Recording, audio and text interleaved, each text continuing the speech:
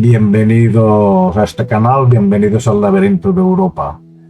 Me llamo Eduard Serra y hoy es 4 de agosto del 2025. Bueno, pues este vídeo, que se llamará Los mapas de la realidad, quiere seguir presentando este libro que publiqué en Amazon. Ya habéis visto en la entradilla del documento visual. Pues en el vídeo anterior un poco expliqué cómo iba a proceder para presentar este libro, y iba a decir que iba a empezar con los conceptos más esenciales, a partir de los cuales se iban sustentando los otros. Así empecé con el concepto de caras de la realidad, también hablé de la condición dominante de la realidad, y sobre este concepto, o esta idea, que se puede decir que son los cimientos de todo el edificio que se va a construir, pues pondré la siguiente etapa, que sería el sótano. El sótano es precisamente la idea o el concepto de los mapas de la realidad. Que los mapas de la realidad no son más que los sistemas de creencias, pero explicados de una manera intuitiva. Y así sobre este sótano, pues construiré pues la planta baja y después el entresuelo, y así sucesivamente. Y así cada nuevo vídeo irá presentando una idea que se sustentará sobre el anterior. Esta es la idea.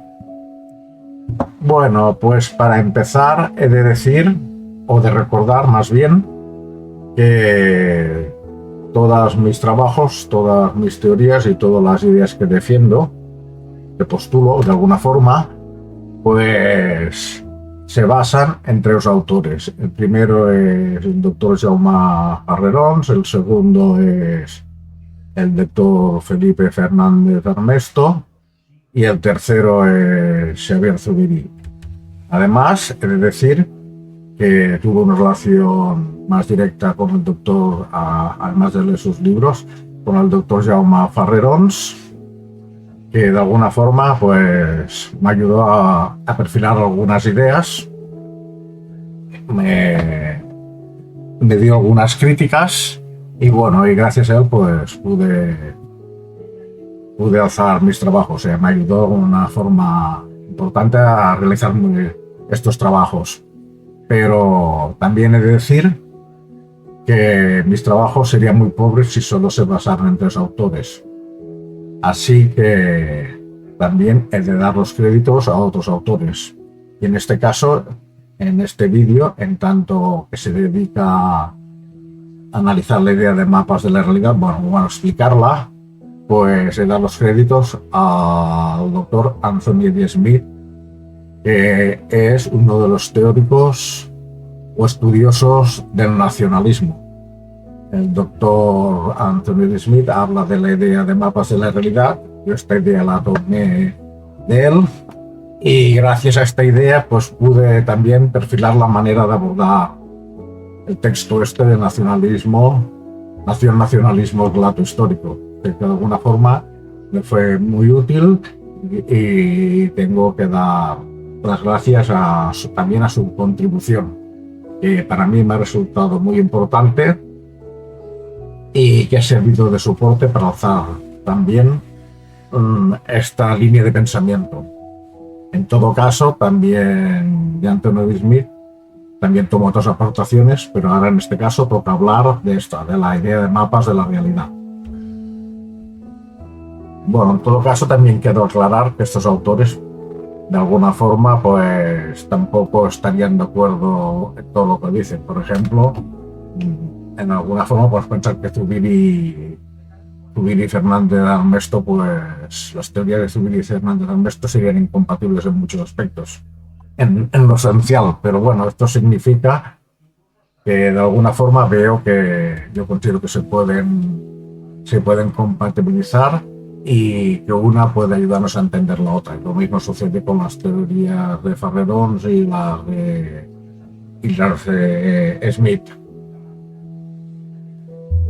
Bueno, después de decir, tal como explico aquí en este mismo libro, es que las teorías que propongo y los métodos que propongo no son sistemas bueno, mapas de la realidad, por decirlo así, hablando concretamente, mapas de la realidad que traten de explicarlo todo. No, no, solo nos aportan una perspectiva de la realidad y aprovechan pues ciertas características de la realidad para poder destacar de ellas por ciertos fenómenos y de alguna forma pues tratan de darnos, de poner de manifiesto ciertos fenómenos de la realidad desde una perspectiva más o menos que considero yo que puede ser verosímil o que trato de que sea verosímil. Así, en este sentido, no se trata, aquí no estoy tratando de proponer una teoría absoluta como la del materialismo histórico, que lo explica todo a través del materialismo, y con la idea del materialismo pues ya se explica todo, ¿no? O sea, incluso los valores, incluso la religión y todo, ¿no? No se trata de eso.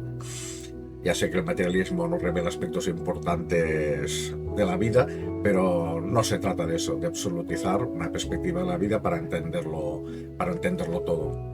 Y ahora también explicaré más o menos de dónde parte la idea de mapas de la realidad de una manera que trataré que también sea un poco intuitiva. Yo utilizaré la idea de los telescopios y de los microscopios. Pues lo explicaré pues de otra manera. Bueno, antes de seguir, quiero comentar que el hecho de absolutizar una perspectiva, de creer que mediante una perspectiva, por ejemplo, del materialismo, pues se puede entender todo, pues puede provocar importantes distorsiones a la hora de comprender la realidad. Y quiero dar otro ejemplo, que es el del feminismo y el de la perspectiva de género. La perspectiva de género aplicada, o la perspectiva feminista aplicada de una forma correcta, pues nos puede ayudar a comprender muchos de los problemas que afectan a nuestras sociedades, tanto modernas como antiguas, como por ejemplo la discriminación que ha sufrido la mujer, o la minusvaloración de la mujer, o la persecución de los homosexuales, y esto es importante que sea recordado y ser tenido en cuenta.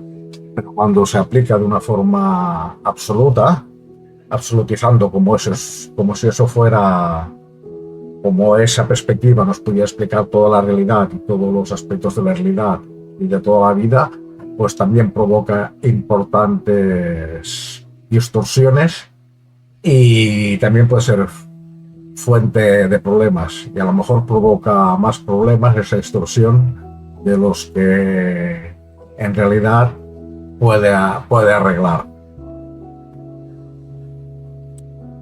Bueno, pues ahora vamos a establecer una comparación entre el cielo y los telescopios. Pues el cielo lo podemos ver principalmente cuando salimos a la calle, lo podemos ver con nuestros ojos. Podemos ver algunas estrellas, algunos planetas, y si vamos a un sitio un poco oscuro podemos ver la galaxia. Entonces nos podemos pensar, bueno, el cielo es esto. Comparamos el cielo con la realidad. Pues el cielo es esto, la realidad es esto. Pero nos estaríamos engañando, porque la realidad es mucho más. Para poder ver el cielo o la realidad en su totalidad, pues necesitamos pues ciertos instrumentos. Y cada instrumento puede compararse con una teoría, con un sistema de creencias o con un mapa de la realidad. En realidad, para poder ver el cielo, pues tenemos que utilizar diferentes longitudes de onda. Por ejemplo, el espectro electromagnético no se reduce a las longitudes de onda visible, porque el espectro electromagnético se compone de ondas de radio, de ondas infrarrojas, de ondas visibles, que son lo que vemos con los ojos, de ondas ultravioleta, de rayos X, de rayos gamma. Así, si utilizamos diversos telescopios, por ejemplo, si utilizamos un telescopio que capta las ondas de radio, veremos unos fenómenos. Si utilizamos un telescopio que ve los infrarrojos, veremos otros fenómenos. Por ejemplo, los cuasares se detectaron con las ondas de radio, me parece. Si hay alguien que se dedica a la astronomía y me equivoco, me lo puede decir. Después se descubrió que los cuasares, se pensaban que era una especie rara de estrellas, pero después se descubrió que los cuasares en realidad eran agujeros supermasivos, más que supermasivos, ultramasivos, que estaban al centro de la galaxia y que a la hora de engullir materia, pues tenían un cierto empacho, por decirlo así, y expulsaban todo aquello que ya no podían tragar y generaban pues grandes emanaciones de materia y energía a altas velocidades. Pues esa energía llegaba a nosotros en forma de ondas de radio y así se descubrieron los cuasares. En relación con las ondas infrarrojas, el telescopio James Webb, entre otras ondas del espectro electromagnético, se dedica a analizar las ondas infrarrojas lejanas. Con ello se descubrió que había objetos muy lejanos, que no se explicaban con las teorías cosmológicas vigentes, que no se acababan de explicar con las teorías cosmológicas vigentes. Por ejemplo, se captó supuestas galaxias que no podían estar allí porque se habían formado entre 300 y 400 millones de años desde el Big Bang, y se suponía que no podían existir galaxias tan grandes. En todo caso, este descubrimiento hizo cuestionar las teorías cosmológicas y hacernos ver pues, que nuestro mapa de la realidad sobre la cosmología no era del todo correcto.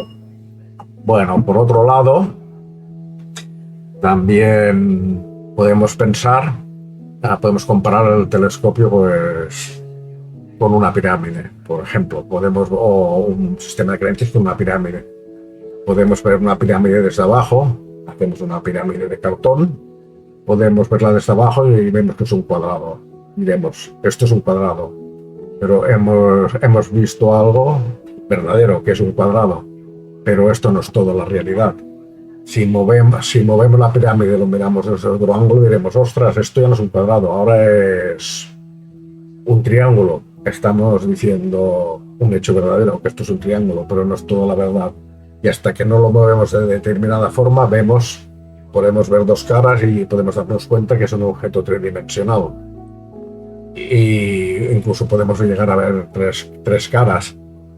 Pero bueno, se necesitan pues unir diferentes perspectivas para comprender que ese objeto es realmente una pirámide. Pues lo mismo pasa con el telescopio. Para comprender todos los fenómenos del cielo, pues se han de unificar. Para comprender cómo funciona el cielo, se han de unificar pues los diferentes elementos que se captan con cada longitud de ondas. Lo que sí que es cierto es que si alguien te dice, cuando mira una pirámide, te dice que está viendo un círculo o una esfera, hemos de pensar que esta persona tiene una percepción distorsionada de la realidad, por un lado, o también hemos de pensar que te está tomando el pelo. Bueno, pues básicamente esas diferentes perspectivas son como los mapas de la realidad, los sistemas de creencias, que cada una de ellas te permite ver o descubrir un aspecto distinto de la realidad. Así el cielo sería como la realidad misma, como la realidad social, la realidad histórica o cualquier otro tipo de realidad o cara de la realidad que le llamo yo. Bueno, el microscopio, por decirlo así, es como otro tipo de telescopio y y se dedica a observar otra longitud de onda. En este caso, la longitud de onda sería todo aquello que no podemos ver a simple vista. Todo aquello que es tan pequeño que necesitamos un instrumento adecuado para poder verlo. Sin este instrumento, sin esta perspectiva de la realidad, no podíamos entender una buena parte de la realidad que está escondida ante nuestros ojos, que son la de las bacterias, la de los microbios, la de los virus, que incluso se han de ver con microscopios electrónicos. Así, gracias a los microscopios, podemos trazar mapas de la realidad. y me gusta pues poner un ejemplo, que es el de la persecución que sufrieron los judíos a causa de la peste. En la Edad Media, todos sabemos que hubo una gran epidemia de peste y que en muchos casos se culpabilizó a los judíos de haber propagado esta peste. La Iglesia, no sé qué papa fue, pero la Iglesia, el papado, dijo que esta creencia de culpabilizar a los judíos no tenía sentido porque los judíos también se morían a causa de la peste. Bueno, en todos los casos, los judíos sufrieron persecución y de alguna forma, pues esa creencia en la maldad de los judíos pues nos impidió pues tomar las medidas adecuadas. Que mientras estaba persiguiendo una causa que no era la real, pues no se hacía nada contra la causa real. El problema se empezó un poco a arreglar cuando se dieron cuenta que era necesario aislar a las personas que estaban infectadas, y así aislándolas pues se ayudaba a evitar que la enfermedad se propagara. Por otro lado, más tarde se descubrió el microscopio y gracias al microscopio se pudo detectar a los verdaderos culpables de la enfermedad, no solo de la peste, sino de de muchas enfermedades.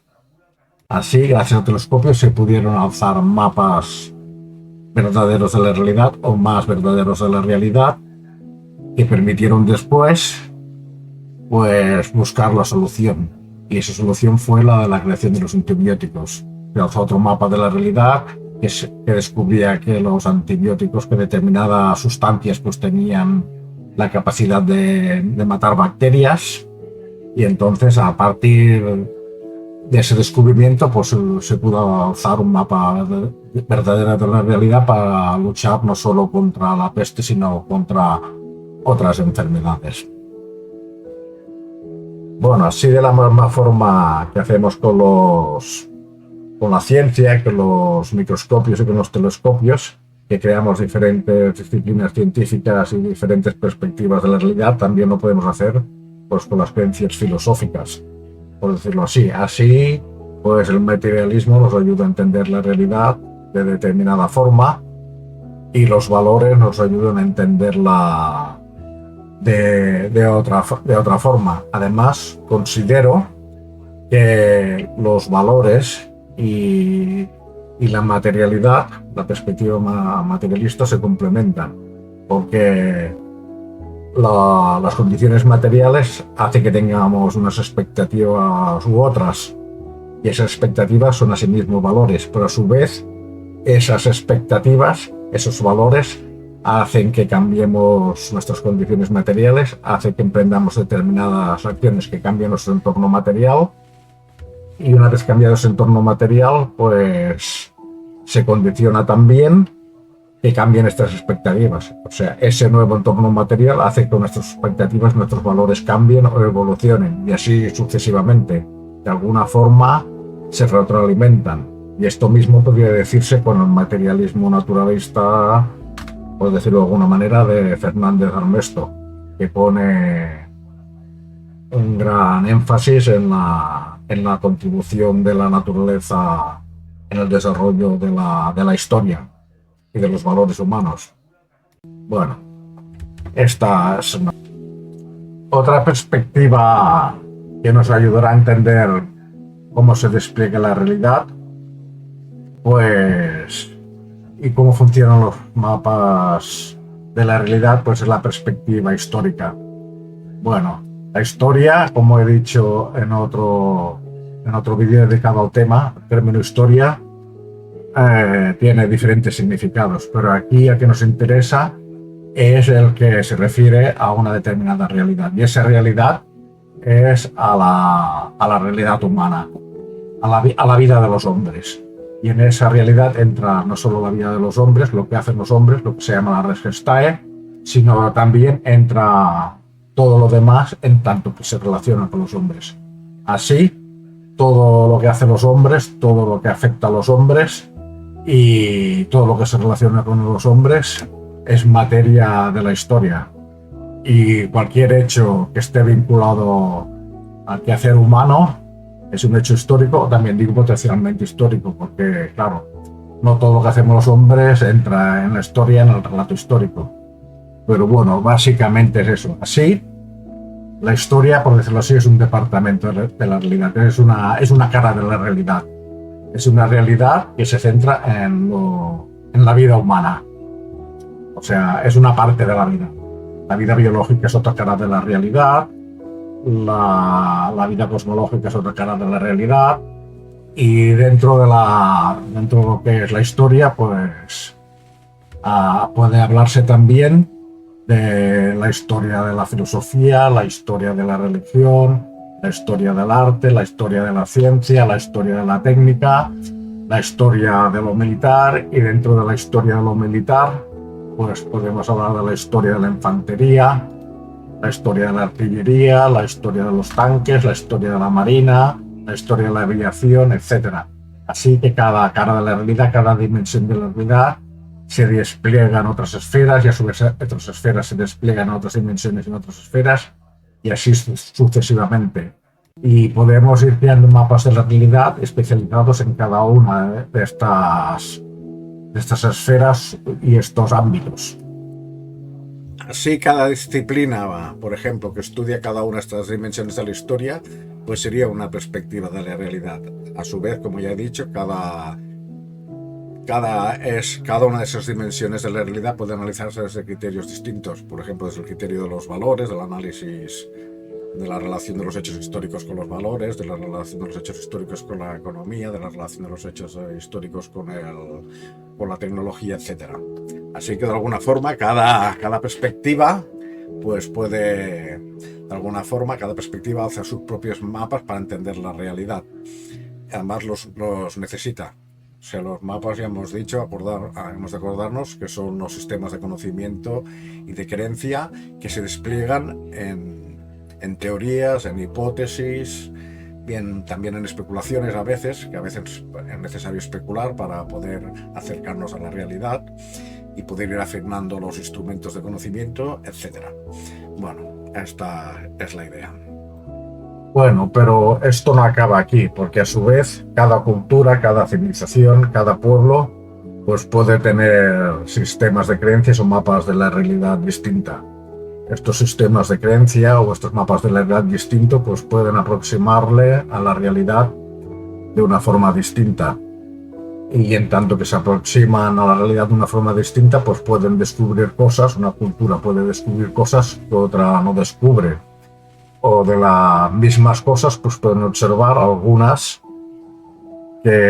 aspectos que desde otra cultura no se describen. Así, cada sistema de creencias, como bien decía Herbert, y cada cultura, cada civilización y cada lengua, pues de alguna forma es como una forma de acceso a la realidad.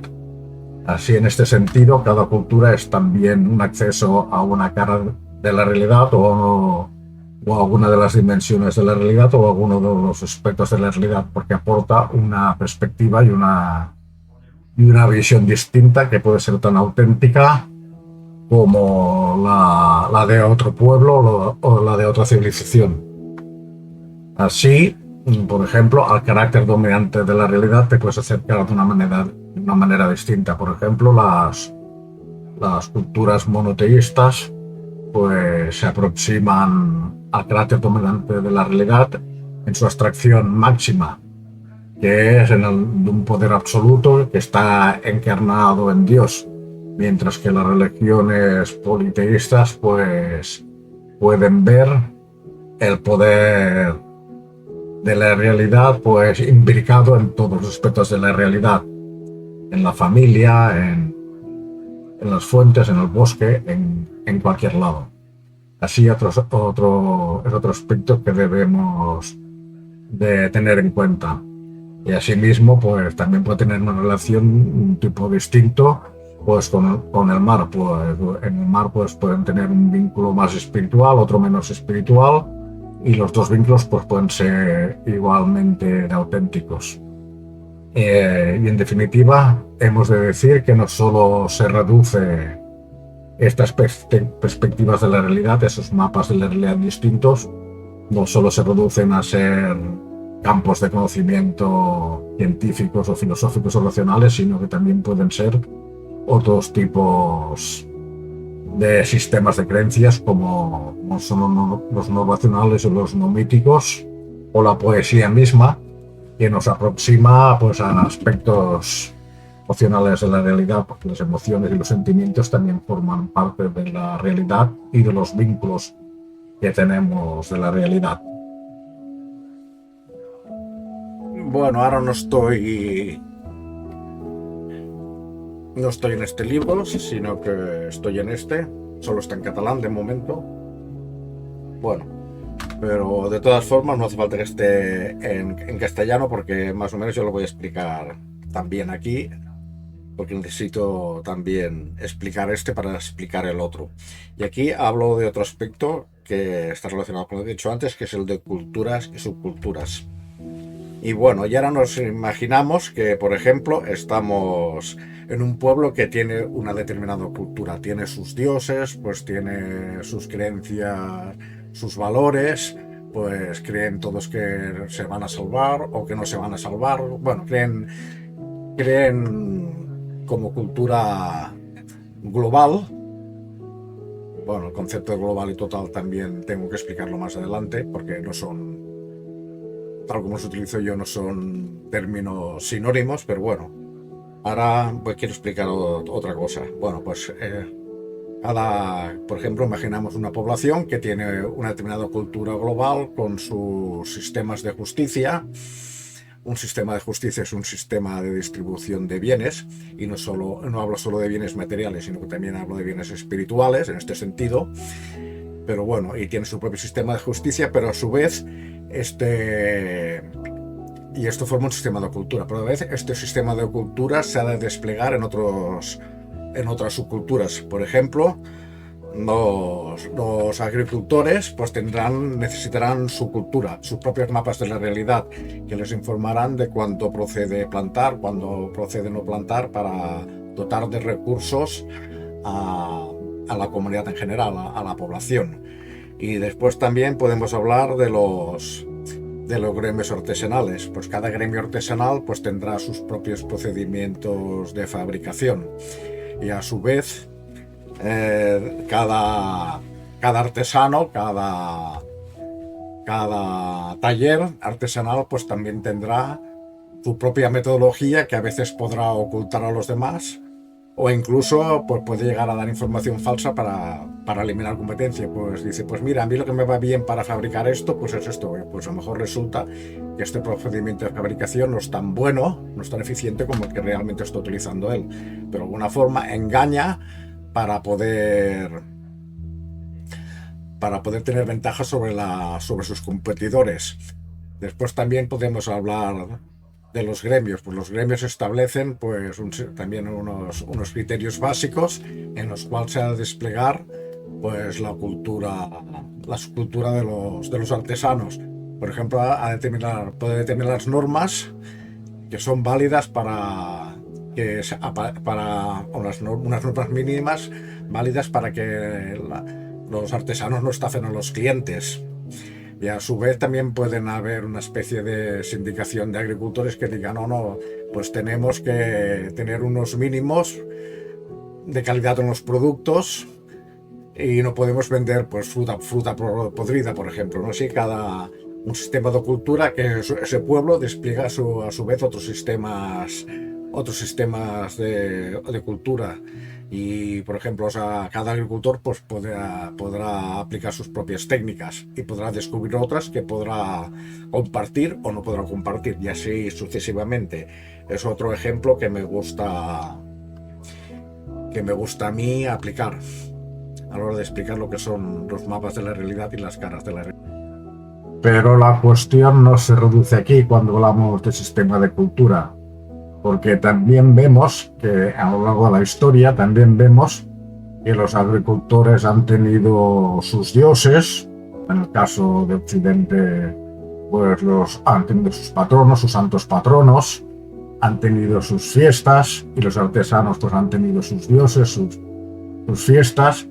Y también, pues en determinados casos, pues los agricultores, para tener lluvias y para tener buena cosecha, pues también han dado tributos a determinados dioses, han rezado determinados dioses, y así sucesivamente. A su vez, pues también podemos entender que en determinadas culturas, pues las mujeres tenían sus dioses y los hombres tenían los suyos propios, y cada ámbito de la sociedad pues tenía su propia cultura con sus propios dioses. Y así la cultura se va desplegando en una complejidad inmensa. Además, cada tipo de subcultura pues tendrá pues sus valores adecuados, que de alguna forma estos valores están diseñados de tal forma que al final servirán para servir a la sociedad en su conjunto, a la sociedad en el sentido global. Y también podemos ver a lo largo de la historia que dentro de una misma sociedad, dentro de una misma tribu, pues podían haber diferentes clanes, y cada clan tendría sus propios dioses, sus propios patrones, a veces sus propias normas de conducta, y esto hacía que también tuvieran incluso unos valores adecuados y determinados a esos patrones y a esos dioses. Y también tendrían quizá formas diferentes de gestionar pues, los recursos, dependiendo de dónde estuvieran ubicados. Y así sucesivamente. Así vemos que la cultura se va desplegando y se va ramificando una vez tras otra y una vez tras otra. Y los clanes, a su vez, cada familia pues tendría, cada clan pues tendría a su vez sus propias divinidades particulares asociadas a cada casa.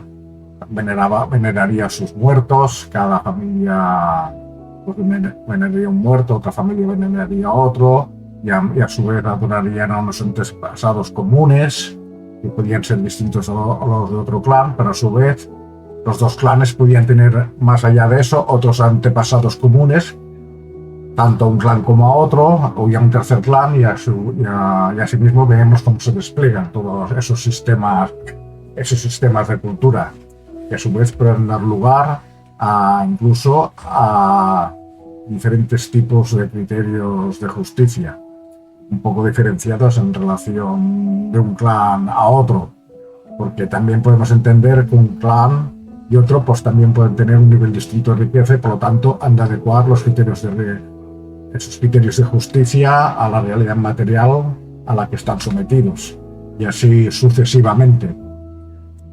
Bueno, y a su vez esto hace que se desarrollen unos determinados ritos y unas determinadas maneras de vincularse pues, a los antepasados, a la realidad, a la naturaleza, a los recursos, etc. Y así se aplicarían, pues ya lo digo, unos ritos, aplicarían unos símbolos, pues unas normas de comportamiento para unas fechas, otras normas de comportamiento para otras fechas, y así sucesivamente. Porque cada fecha y cada estación pues tendría un significado distinto.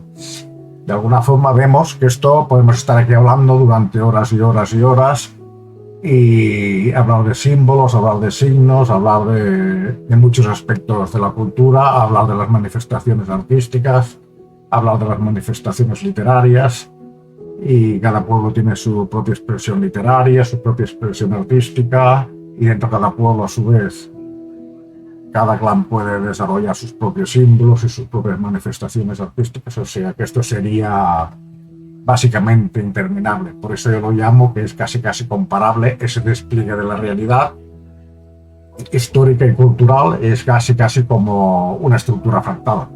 Bueno, no creo que llegue a ser una estructura fractal, pero bueno, me parece en cierta medida una buena comparación. Bueno, ahora voy a poner otro ejemplo, y él hablo en otro de mis libros, que sirve perfectamente para explicar lo que se está exponiendo aquí, y es el de la carrera de la montaña, ¿no? Un párrafo que titulo La carrera de montaña. Pues bueno, imaginemos que estamos organizando una carrera de montaña, que nosotros somos los organizadores. Y sin embargo, pues tenemos preferencia por alguno de los competidores. Bueno, pues ponemos determinadas normas para que esta carrera funcione. La primera norma puede ser perfectamente que no se puede utilizar GPS, que solo se puede utilizar brújula. La segunda norma es que todo el mundo tiene que utilizar los mismos planos. La tercera norma es que para entrar dentro de la competición, pues se ha de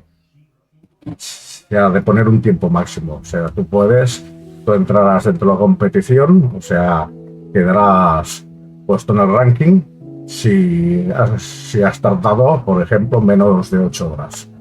De un punto A a un punto B, que puede ser una ciudad, una fuente, un pueblo o cualquier otro sitio. Pero ahora, como tenemos preferencias por un competidor, pues se supone que damos el mismo plano a todo el mundo.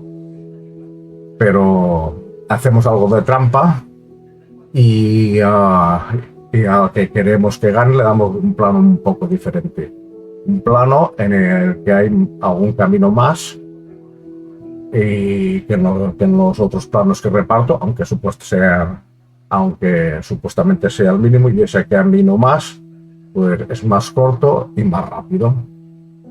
Pero como no hemos puesto que se trata de una carrera de orientación, no una carrera en general, pues como hemos puesto que cada uno en la norma puede ir por donde mejor lo convenga y puede ir andando, puede ir corriendo, puede hacer lo que quiera, pues en este sentido, pues aunque no ponemos la obligación de pasar por ningún camino en concreto, pues podemos decir cada uno que vaya por su camino. Pero hemos hecho la trampa de darle, queremos que gane un plano un poco más perfecto. De alguna manera, pues hemos fabricado dos tipos de planos. Un plano que es más válido que otro porque se aproxima más a la realidad. E incluso a los otros planos podemos dibujar algún caminito como si estuviera y que en realidad no está. O podemos dibujar un caminito que tiene principio y final en el punto de partida, pues resulta que la verdad se corta en medio camino. Pero bueno, esto es una trampa. En realidad aquí estamos viendo cómo se puede construir un mapa falsificado de la realidad. Este mapa no será absolutamente falsificado porque se parecerá mucho a la realidad, pero tendrá alguna parte falsa. Claro, si fuera totalmente falso y no tuviera ninguna relación con la realidad, no se pareciera nada en la realidad, entonces este plano no serviría. Todo el mundo se daría cuenta, y nos dirían, oye, este plano que nos estás dando no vale para nada. Aquí pones que hay una montaña y resulta que no hay ninguna montaña, y pones que hay un bosque y resulta que no hay ningún bosque. Aquí nos estás engañando. O este plano pues que has tomado no es el adecuado, nos dirían. En este sentido, para engañar de forma eficiente, el plano, incluso el plano falsificado, ha de parecerse lo máximo posible a la realidad y solo modificarlo en aquello que consideremos necesario para favorecer al competidor que queremos que gane.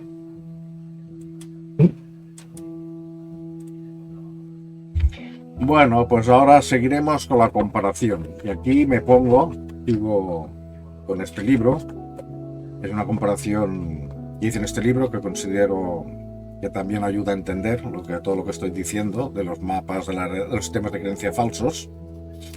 Pues bueno, y ese capítulo lo llamo La divinitat y el bien. Bueno, la divinidad y el bien.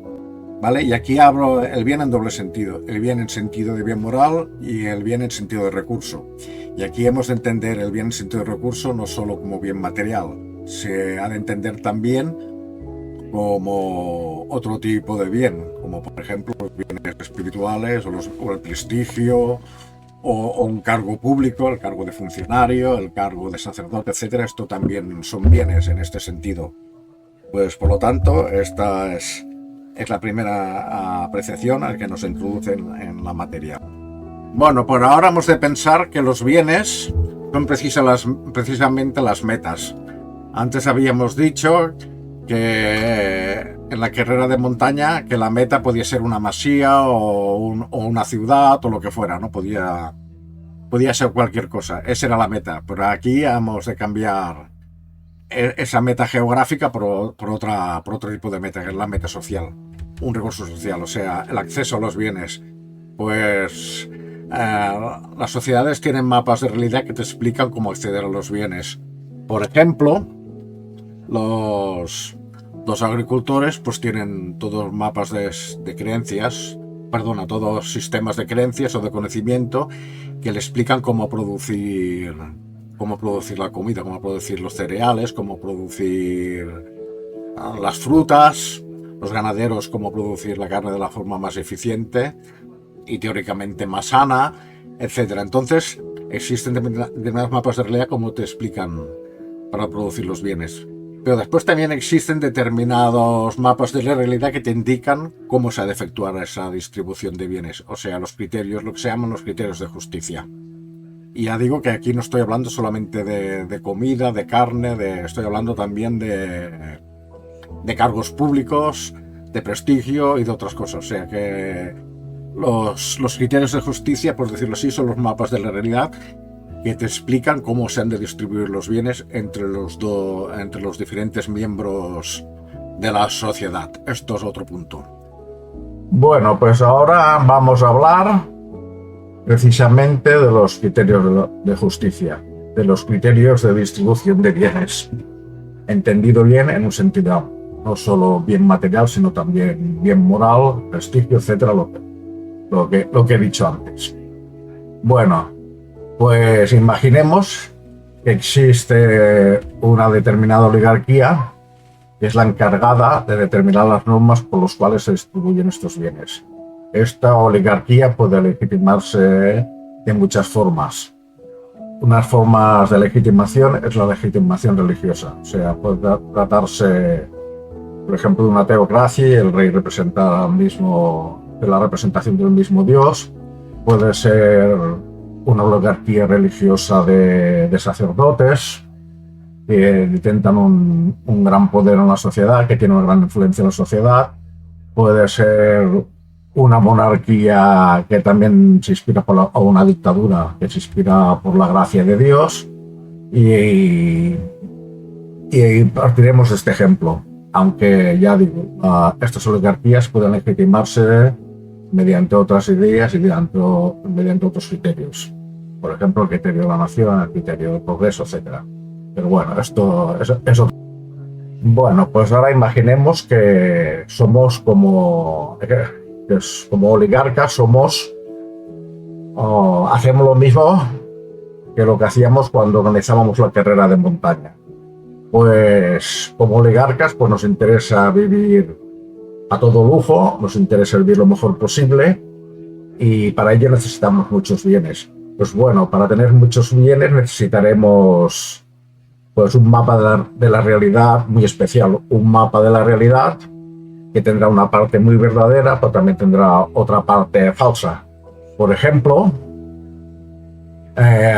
nos interesa que los agricultores, que los artesanos produzcan muchos bienes. Entonces les daremos un mapa de la realidad muy eficiente, muy aproximado a la realidad misma, que otorga un gran conocimiento de la realidad para que las clases obreras, los artesanos y los agricultores sean muy productivos.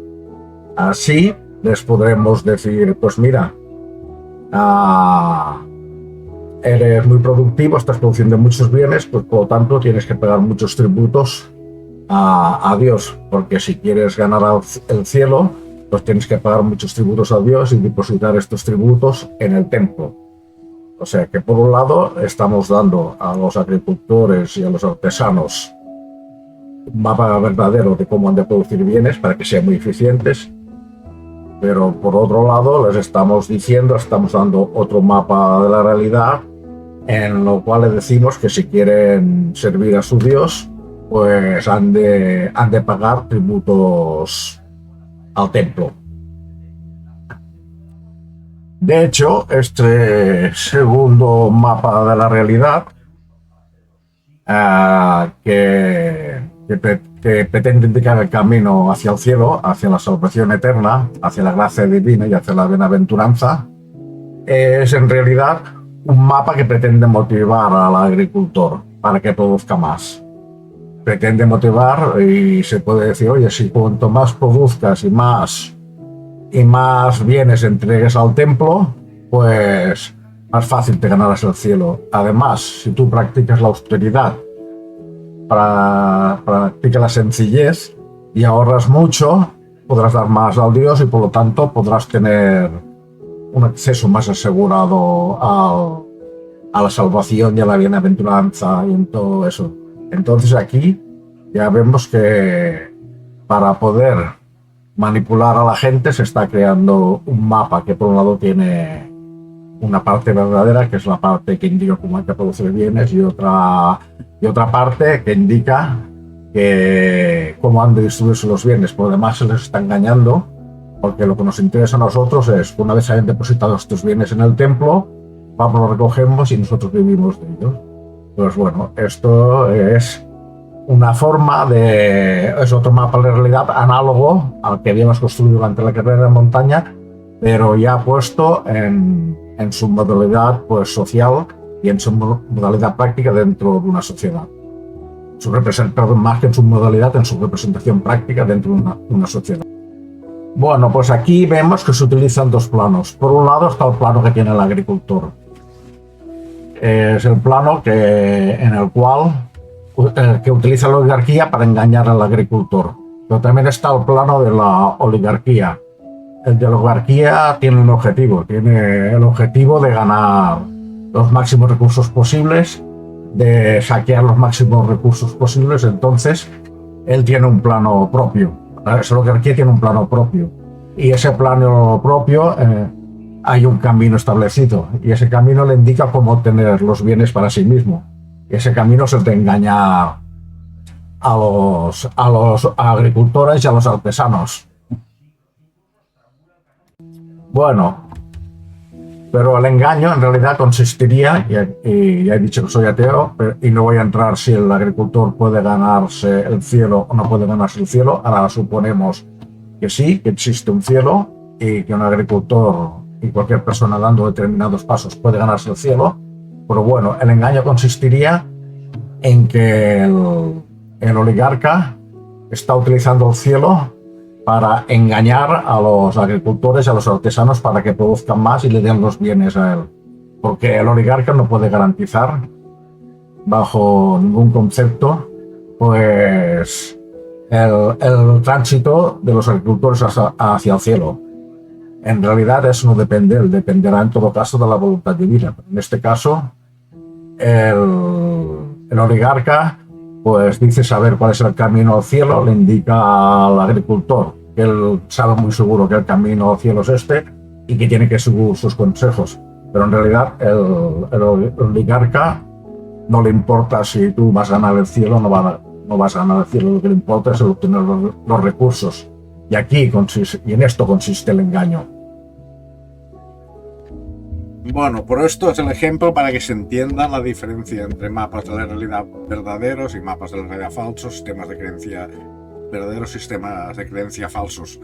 Pero es un esquema simplificado, he de reconocerlo, es un esquema simplificado porque en realidad lo que suele suceder en las sociedades es que las oligarquías, ellas mismas se creen estos relatos y ellas mismas se creen que si el labrador trabaja duro y es asceta, pues realmente alcanzará el cielo. O sea, que en realidad él no lo hace con el objetivo de engañar, porque él realmente cree. Además, también como parte de esa oligarquía, pues también pues cree legítimamente pues que él tiene ciertos derechos. Él es una especie de intermediario entre el pueblo y Dios, y como tal intermediario, pues él se cree que tiene este derecho. O sea, de alguna forma el mapa de la realidad también funciona porque los propios beneficiados de ese sistema de creencias y de ese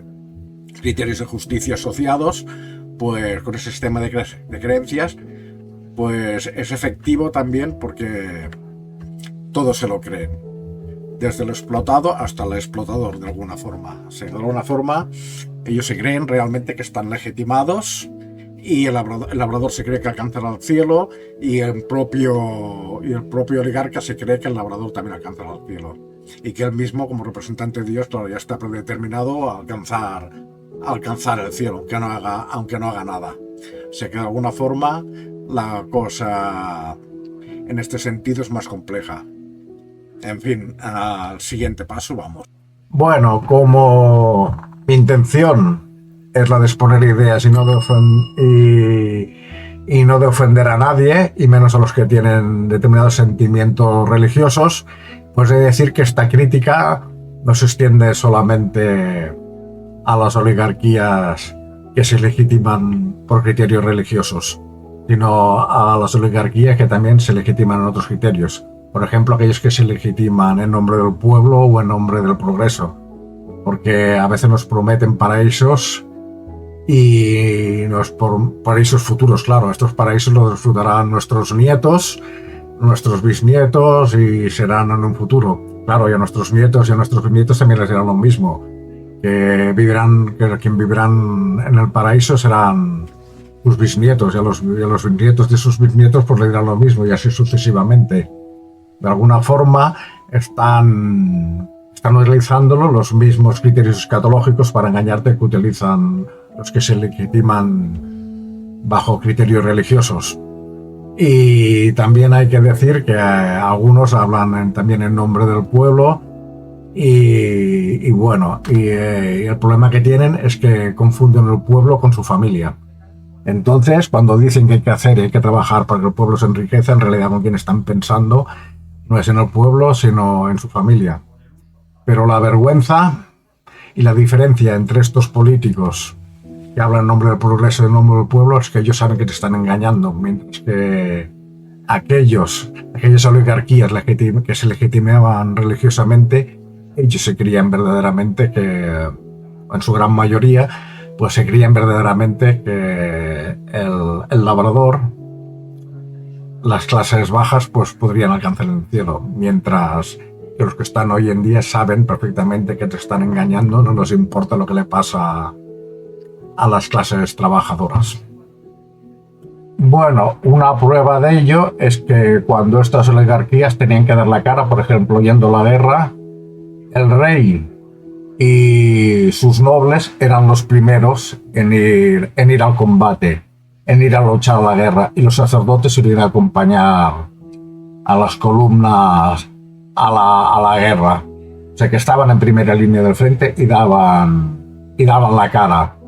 Todo lo contrario de las oligarquías que hay actualmente, que cuando hay conflictos graves se esconden como ratas y se esconden en sus urbanizaciones de lujo con gran vigilancia, y esa es la gran diferencia. Y en eso vemos que esas oligarquías, en cierto sentido, tenían mucho más dignidad que las oligarquías, y en general, estoy hablando en general, no quiero generalizar al 100%, pero que en general esas oligarquías tenían 100 veces más dignidad que las oligarquías que nos gobiernan hoy en día. Por otro lado, también quiero manifestar que no desprecio en absoluto los sentimientos religiosos, ni quiero menospreciarlos, sino que al contrario, creo que tienen un fundamento y que se basan en la estructura misma de la realidad. O sea, creo que de la realidad emana lo sagrado, y ese sentido de lo sagrado es una conexión emocional y el espiritual con la realidad. O sea, que la conexión que tenemos con la realidad no es únicamente material, sino que va más allá de ello. Nuestra conexión es más profunda, y de esa profundidad lo que Zubiri llamaría la religación, ese vínculo con el sagrado, con el poder dominante de la realidad, esa cosa que de alguna forma nos asombra, nos da temor y nos da respeto, pues ese es el fundamento de la religión, y ese fundamento es auténtico. Así, en este sentido, en tanto que hay un fundamento auténtico, también se nos puede manipular por eso. Y eso facilita que la religión pueda convertirse en opio. Si no existiera ese fundamento, sencillamente no nos podían manipular ni nos podrían engañar con la religión ni manipularnos. De la misma forma, sí, que nos pueden manipular con la comida, dándonos o quitándonos comida, también nos pueden manipular engañándonos con la religión. Porque tanto con la comida como el sentimiento religioso, con la religión, pues se basan en vínculos reales y auténticos con la realidad. Bueno, ahora llega el momento de cortar este vídeo y de entrar en el apartado de conclusiones. Y decir que en cierta medida que un mapa de la realidad, el término mapas de la realidad, pues, como resumen, pues se utiliza bajo un criterio analógico, o sea, en un sentido se utiliza como analogía, como comparación con los sistemas de creencias. Los mapas físicos, los planos que tenemos, pues nos dicen dónde están, por ejemplo, las ciudades, las fuentes, las carreteras y todo eso, y nos dicen, pues bueno, si queremos alcanzar el agua, pues tenemos que seguir este camino. Nos dan información, nos dan conocimiento sobre la realidad. De la misma forma, los sistemas de creencias, los sistemas de conocimiento, pues pueden compararse a estos mapas de la realidad porque nos informan cómo acceder a determinados bienes. Por ejemplo, si queremos acceder al cargo de funcionario, pues nos informan pues, que tenemos que estudiar y que tenemos que aprobar unas oposiciones y que tenemos que hacer, o por ejemplo, si queremos acceder a la policía, pues nos dirán también que tenemos que estudiar, que tenemos que aprender leyes, que tenemos que aprender la Constitución, que tenemos que aprender la ley penal, que tenemos que entender, que estudiar el proceso administrativo, pero que además también tendremos que entrenarnos físicamente para superar unas pruebas físicas y también para superar unas pruebas de salud. Entonces, en este sentido, también nos está trazando un camino para acceder a un bien, que es un cargo público. Además, también te dicen que para acceder al cargo de político, pues hay que presentarse a unas elecciones,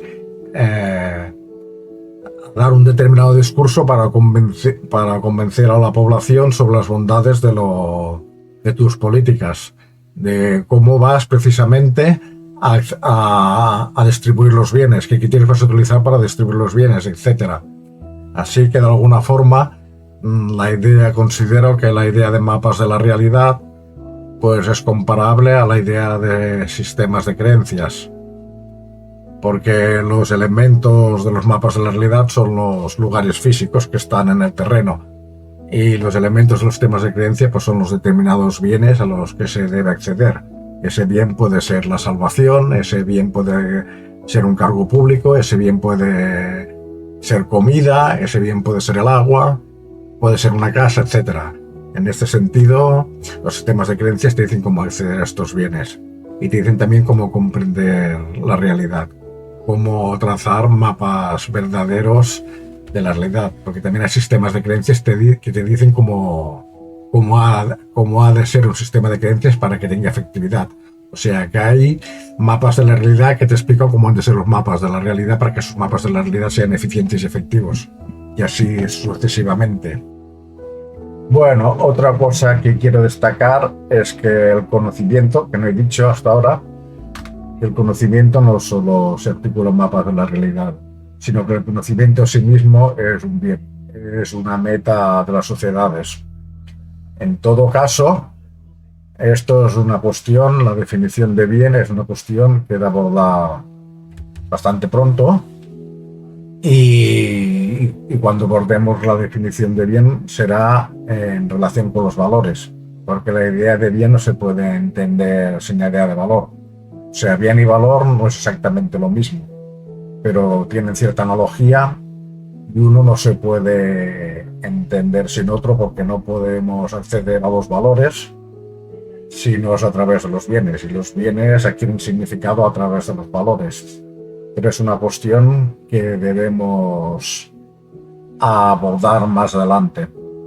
Así que quede claro que entiendo que el bien es el bien conocimiento es una de las metas más fundamentales y más importantes de la existencia humana y en cierta medida es uno de los bienes que da sentido, pues, incluso que puede dar sentido a nuestra existencia como humanos. Bueno, antes de acabar, quiero decir dos cosas. En primer lugar, que como respuesta a un comentario que recibí, pues casi que me comprometí a hablar de los discursos míticos, de los sistemas míticos como mapas de la realidad. En el fondo, detrás de un discurso mítico, pues también hay una racionalidad. O sea, no se trata de que no haya una racionalidad. Esta racionalidad suele estar en los valores, en la jerarquía y en la estructura de valores. O sea, que es una racionalidad profunda. Por otro lado, también existen discursos que no son míticos y que nos conectan con la realidad. Por ejemplo, la poesía nos conecta, pues, emocionalmente con la realidad, nos ayuda a conectar con la realidad, y la música también es otro tipo de discurso, más o menos. No es un discurso, pero podría compararse a otro discurso. En todo caso, he de abordar este tema en otro vídeo y creo que no he de tardar mucho en hacerlo. Y también el segundo aspecto que quiero considerar es que creo que he cometido una negligencia, y es el de obviar a Michael Walzer y a sus esferas de la justicia, porque las esferas de la justicia fue tan importante como Anthony D. Smith a la hora de alzar el criterio o la idea de mapas de la realidad y de las caras de la realidad. O sea que es necesario, pues, paliar esta pequeña negligencia. Bueno, pequeña o importante negligencia. Bueno, como el vídeo es demasiado largo, ya lo voy a cortar, no quiero extenderme mucho más, y ahora solo me queda daros las gracias y despedirme de todos los que estén viendo este vídeo, y también de todos los que no estén viendo, desearles lo mejor. Un saludo a todos y hasta la próxima. Hasta el próximo vídeo del Laberinto de Europa. Saludos.